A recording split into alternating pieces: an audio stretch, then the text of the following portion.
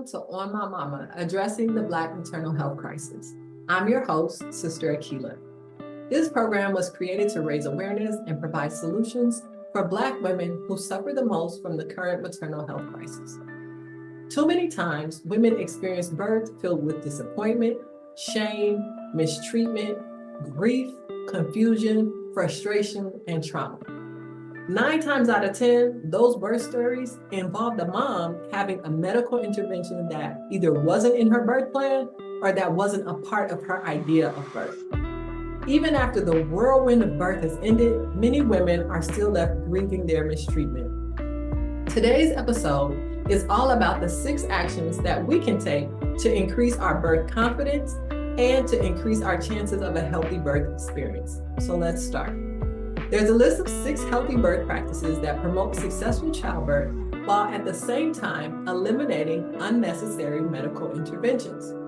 Now, keep in mind, when we're looking at the maternal health crisis, Black women have the highest rates of mortality postpartum or after birth, okay? So in order for us to resolve this crisis, we have to make some adjustments, 1, on how we manage pregnancy, and 2, on how we give birth.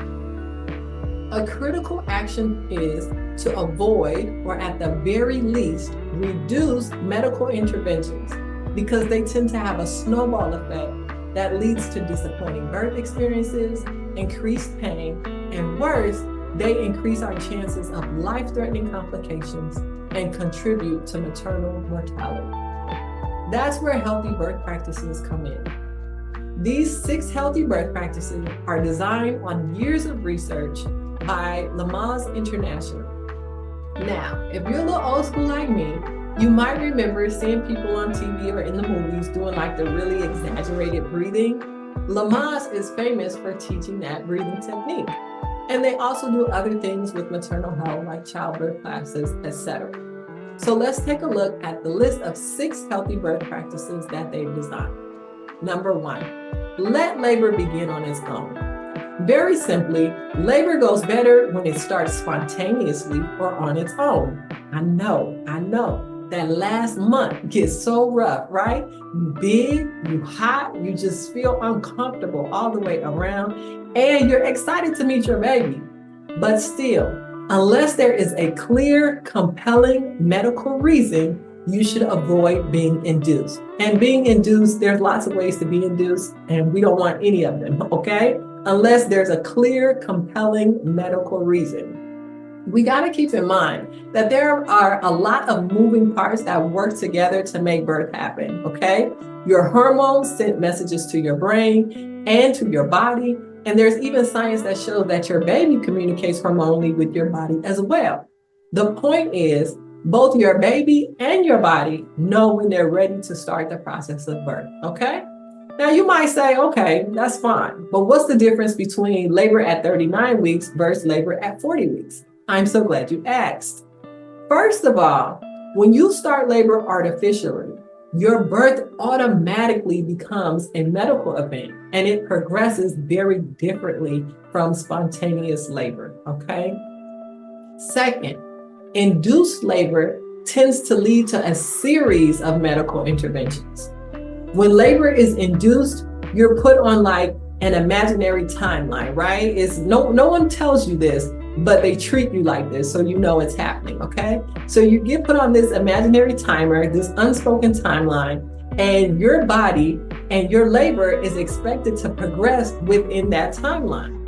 And if for whatever reason, things don't progress as expected, then you'll likely receive more and more interventions all the way up to a C-section, which is major surgery. So we want to avoid being put on that timer. Why? Every body is different and every birth is different. So, and really, to be really just straightforward about it, medical professionals don't know as much as they may represent about birth and what happens and the time that it takes, right? Because each child is different and each body literally is different. So there are some standardized things like, okay, birth takes 40 weeks, right? Pregnancy takes 40 weeks. But how long each woman takes to transition from the different stages of labor to the next, there is not really a concrete answer for that. You know what I'm saying?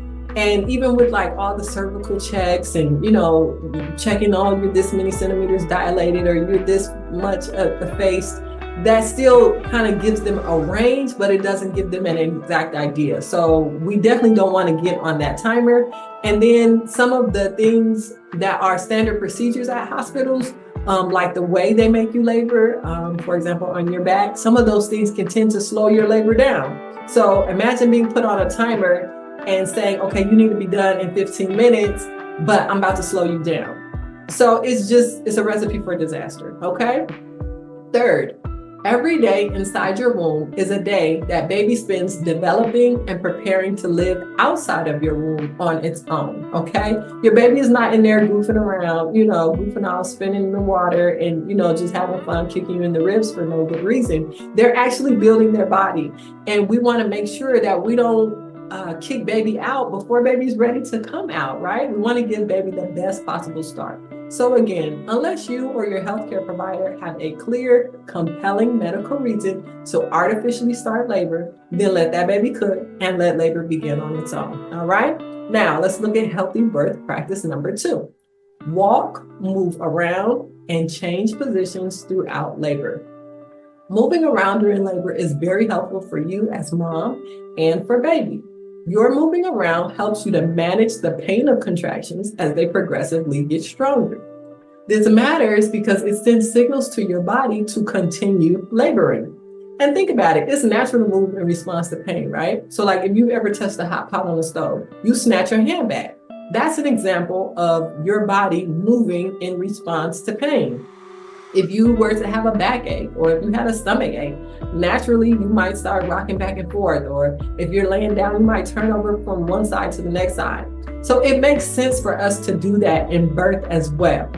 And this is yet another reason why you want to avoid unnecessary medical interventions, because some of them greatly limit your ability to move around freely when you labor, okay? Now, in addition to helping you to manage your pain or discomfort, some movements help your baby get into your pelvis and go through your birth canal. So if you feel like your body is telling you to squat or, turn from your left side to your right side or your right side to your left side, or if you just want to rock back and forth for a minute, do it, okay? Now, here's the thing, and there is a thing. All hospitals and hospital staff are not open to free movement in labor, okay? And some of their standard procedures, like, for example, giving you an IV or electronic fetal monitoring when they put the band around your belly and track baby's vitals on the monitor, some of those procedures don't allow for mommies to move around freely, okay? Birth centers have a completely different model of care than hospitals. And most of the things that you have to advocate to get in a hospital, they come as a part of the standard care in a birth center, okay? So I highly recommend birth centers. They offer a completely different birth experience than hospitals. But in the case that you're not able to receive care at a birth center or you don't have one near you, then you can labor at home for as long as you can. That way you can move around as you please, okay? And stay as comfortable as is possible during labor and birth, okay? So, healthy birth practice number 3, bring a loved one, friend, or doula for continuous support. Friends, don't let friends give birth alone. We all do better when we have support and when we have encouragement, and birth is no different. So, if possible, you should have someone you trust and feel comfortable with present as soon as labor starts to support you through the entire process of birth. That's why it's continuous support. Labor is at least an hours-long event, especially for first-time moms. So you want a support person present that's going to encourage you to rest when you can, drink a little water, they'll flip your pillows, they'll play you calming music. Just overall, they're focused on making you as comfortable as possible during this process. Now, if you don't have a friend or a family member available, you can hire a professional that is trained in supporting pregnant, birthing, and postpartum moms. That person is called a doula. Now, if you're asking yourself, well, why do I need a doula if I'm going to the hospital and I have a labor and delivery nurse? Good question. Here's the thing, because there's always a thing, right? Nurses provide support when they can, okay? But the fact is, they're assigned multiple laboring patients at the same time, so they can't just spend all their time and energy and focus on you. They probably would love to do it, but that's not how their job is set up, okay? They may have 2, 3, 4, 5 girls who are all laboring at the same time, and they have to check everyone and chart and manage equipment and all type of stuff, okay? So research shows that nurses only spend about 12% of a mom's labor actually providing labor support, whether that labor support is emotional support, physical support, informational, or advocacy. It's only 12%. That leaves a big chunk of time, 88%, if my math is mathing. That's 88% of the time that you will not be in the care of a healthcare professional. So even though a nurse would love to help, and more experienced nurses tend to give you a little bit more time, the way that nursing is staffed and hospitals are staffed, they don't have the luxury, baby girl. So getting a doula is really your best chance to make sure that you have somebody that's completely devoted to you. They offer one-on-one care. They do not provide any medical care. They focus solely and exclusively on supporting you as a birthing mother in that moment. Now, I plan to do an episode on doulas and the role they play before, during, and after birth, because they do play a role at all those 3 times. But for now, I want to highlight that continuous support during labor, especially from a doula, means decreased pain, decreased C-section rates, shorter labor times, decreased interventions, decreased anxiety, better infant outcomes, increased self-esteem in mom. So you get the point, right? Doulas are wildly beneficial. And if you'd like to add a doula to your birth team, you can go ahead and search Dona International. I'll put a link below to find doulas that practice virtually or that practice in person in your area. Okay? So, healthy birth practice number 4. Avoid interventions that are not medically necessary. There is a reason why this kind of sounds like one of the earlier healthy birth practices. It's because this is really important, and this really gets to the crux of what's happening. So I'm gonna need you to follow me on this, okay? Stay with me. The United States is one of only 13 nations worldwide where maternal health has gotten worse in the last 25 years instead of better. Not only is there a national maternal health crisis, right? Black women suffer the worst from this crisis. We're dying at a rate 3.5 times that of white women. A contributing factor to the maternal health crisis is how we give birth in the US. So how, our method, our way, how we do it, right? Birth in America is very intervention intensive. I'm gonna say that again. Birth in America is very intervention intensive, meaning we have routine and unnecessary interference in the process of labor and birth. Now, the gag is the data shows that this culture of intervention that's here is for the most part not beneficial. Think over that. If, as a country, America has made advancements in technology and the medical field in the last 25 years, but maternal health nationwide has gotten worse, something is very wrong here. The truth is, a lot of these unnecessary interventions are simply a result of greed and/or the hospital model of care. Hospitals are made to care for sick people. When you're pregnant, baby, you are not sick.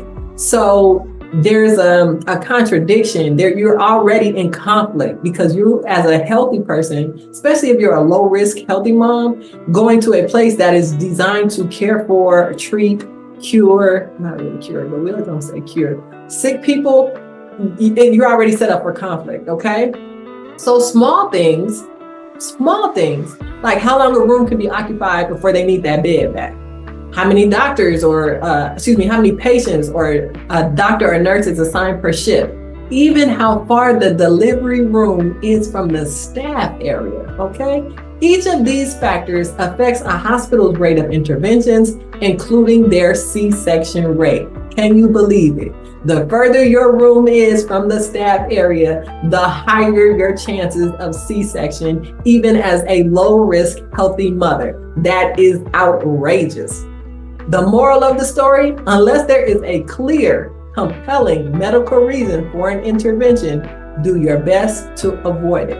A lot of times too, when we have these interventions They have complications, right? Anytime you have a procedure, procedures have side effects, procedures also have complications. And some of these complications from things like major surgery, AKA a C-section on a low risk healthy mom, that helps to lead to hemorrhaging and other causes for these maternal mortalities. So we're not making it through going through these interventions. So I'm not trying to be funny. I try to keep it light because it is a heavy subject, but the reality of it is we're not surviving this way. So we have to really consider and think about how we're doing birth, especially as Black women. And we just need to make some reasonable changes, right? Until we get a new system, until we create a new system, we have to work within the system that we have. However, we can make some reasonable changes within that system as patients to set ourselves up for success, okay? So, healthy birth practice number 5. Avoid giving birth on your back and follow your body's urges to push. Now, think back to earlier when I said that it's natural for your body to move in response to pain, right? The same principle applies to pushing your baby out. Your body is designed for birth, okay? I want you to think about that. You have a divine design. You literally are made, created. Your bone structure is made for birth. Your organs are made for birth. You are built for birth, okay? And instinctively, you know how to get your baby out. So take confidence in your divine design. Go ahead and assume whatever position you find to be most comfortable and listen to your body. All right, last one. Healthy birth practice number 6. Keep mother and baby together. It's best for mother, baby, and breastfeeding. Right after birth, a healthy newborn should be placed skin to skin on your abdomen, which is your stomach area, or chest, and should be dried and covered with warm blankets. Any care that needs to be done immediately after birth can be done while baby is skin to skin on your chest. That first hour is key to encouraging and facilitating the bond between mom and baby. You want baby to feel the warmth of mom and to smell your milk to encourage baby to breastfeed. Okay, now I gotta hit you with some physiological facts, okay? Okay. On a hormonal level, keeping mom and baby together in skin-to-skin contact lowers cortisol, aka the stress hormone, in both of you all, and triggers the release of oxytocin. The release of oxytocin in baby enhances baby's muscle tone. That leads to better sucking, better swallowing, and better rhythmic breathing during feeding, okay? Enhanced muscle tone throughout the entire digestive system decreases reflux, so baby spitting up, and it also decreases constipation. It stimulates the release of enzymes that improve digestion and baby's overall growth. After the stressful event of birth, holding your baby on your chest uninterrupted reduces both of you all's stress levels and gives baby the best start to grow big and strong. These 6 healthy birth practices make up some of the reasonable changes that we can make to improve maternal mortality in the US, especially among us as Black women.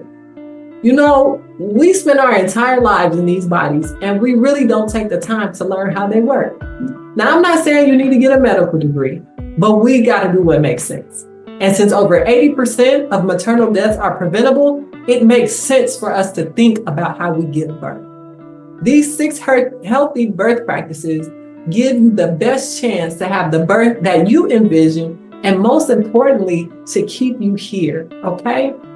To learn more about birth and pregnancy, get your copy of the Black Girl's Guide to Surviving Pregnancy at kiamawellness.org/QBWC. I'll put a link below. And to support our work, make a contribution at kiamawellness.org/donate. Please remember to like this video, subscribe to our channel, and most importantly, spread the word. Tell a friend, tell a homie. We got to turn this thing around, and it starts with education. It starts with us knowing what's going on. With all that is going on at this time, I appreciate you learning how to protect yourself from this crisis. Thank you so much for watching. Until next time, peace.